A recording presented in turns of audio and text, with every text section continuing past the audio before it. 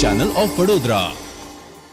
શહેરના માંડવી વિસ્તારમાં હઝરત મુઝમન શહીદ દાદાનો સંદલ શરીફ યોજાયો હતો। શરીફ શહેરના માંડવી વિસ્તારમાં આવેલ જમનાબાઈ હોસ્પિટલની ગલીમાં થઈને માંડવીથી પરત દરગાહ પર સંદલ પહોંચ્યું હતું। આ પ્રસંગે મોટી સંખ્યામાં લોકોએ સંદલ શરીફમાં ભાગ લીધો હતો। કોમી એકતાના પ્રતીક સમાન આ દરગાહ ઉપર અનેકવિધ ધાર્મિક કાર્યક્રમોનું આયોજન કરવામાં આવે છે।